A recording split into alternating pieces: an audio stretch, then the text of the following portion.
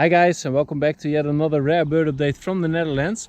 In this video we will cover week 28 of the year. In the first part I will tell you all about the mega rare birds found during this week, and I will also give a selection of the most interesting observations of slightly less rare birds.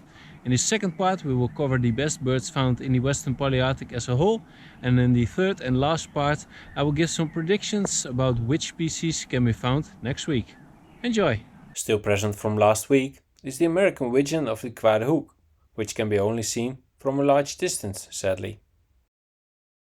The two roseate terns from Watterdune were last reported on the 11th, but maybe one of the birds, or a totally different one, was found by George Stanis at Oudorp. Whenever a rare bird is found at Oudorp, there is a pretty good chance it is found by George. And although it is a good year for roseate tern, we sadly still haven't seen one of those mega rare terns that are seen elsewhere throughout Europe, like elegant, royal, bridled or American black tern. The squacko heron from Deventer could also be seen the entire week, although it could sometimes be lost for hours on end. On Tuesday, a probable Pacific or American golden plover was seen at the Punt van Rijden, but while the observer thought he was filming the bird, he accidentally took a picture instead, so this picture is the only available evidence. The Punt van Rijden is a very good spot for rare golden plovers.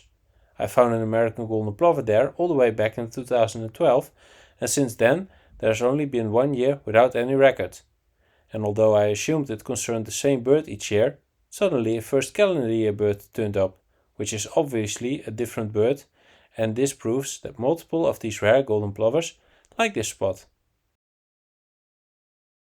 The broad-billed sandpiper from last week, found by André Boven back then, was still at the Breedbaardpolder, which is next to the Punt van Rijden. It was there until the 11th. Then on the 14th, Job ten Hoorn found one south of the Schorren on Texel.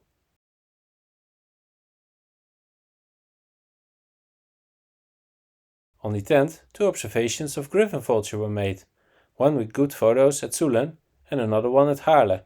Will we ever get one of those Roepels vultures between these griffon vultures? If I look at the Dutch birding prediction game, some people do think so.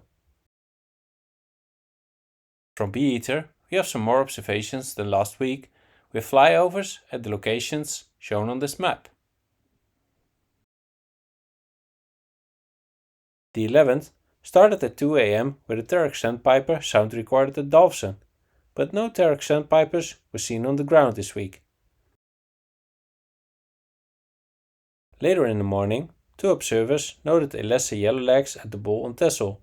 Could well be the bird that was seen last month on the cream-colored Korsenfield, which lies also on Texel, but more northerly.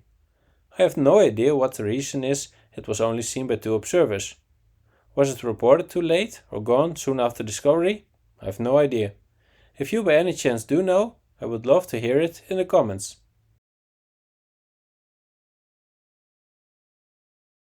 This week there was only one report of a marsh sandpiper, this one at the wet grasslands near Almere. Gull-billed terns were still only seen in Groningen, but based on previous years it probably won't take long before they are also seen elsewhere. The first red-necked phalarope of the season was seen at the Markerwadden. We expect numbers to pick up the following weeks, but information on the species to search for next week will be featured at the end of the video.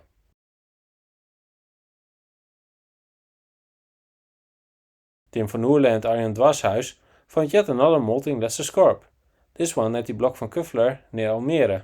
Is this something new, molting lesser scorps in the Netherlands, or were we not able to identify them before?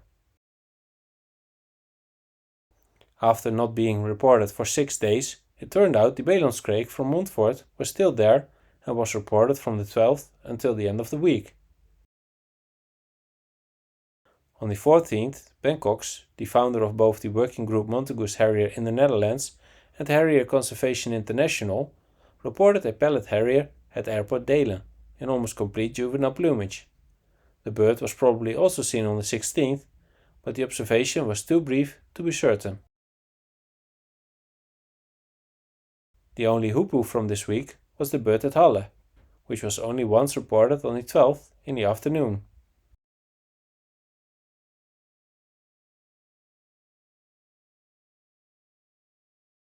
A typical bird for the Dutch summer is the black stork, with already more observations than last week.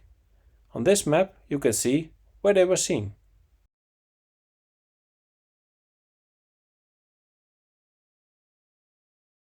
Glossy ibis was also reported just at one location this week. There was one bird seen at the Oostvaardersplassen. Last species this week is the little bittern. All location details are blocked for the public, but on this map you can see blocks of 10 square kilometers where one was reported this week.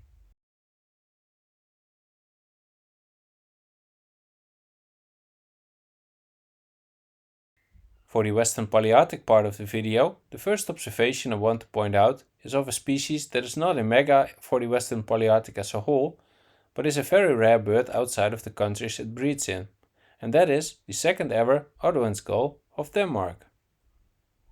A species that is seen more often in recent years in both Morocco and the Iberian Peninsula is the white-backed vulture. This spring, 3 birds were found alongside 20 Rupel's vultures at a vulture rehabilitation center in northern Morocco. There, at least one was ringed and satellite tagged. On the 14th of June, it was seen crossing the Straits of Gibraltar, after which it moved further into mainland Spain. On the 13th of July, it was reported by a couple of Polish birders in Extremadura.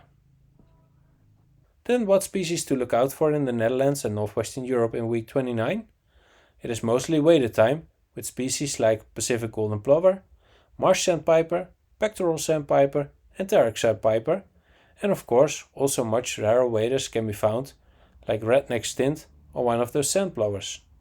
And then it is also a good week for the black-crowned night heron. Good luck searching!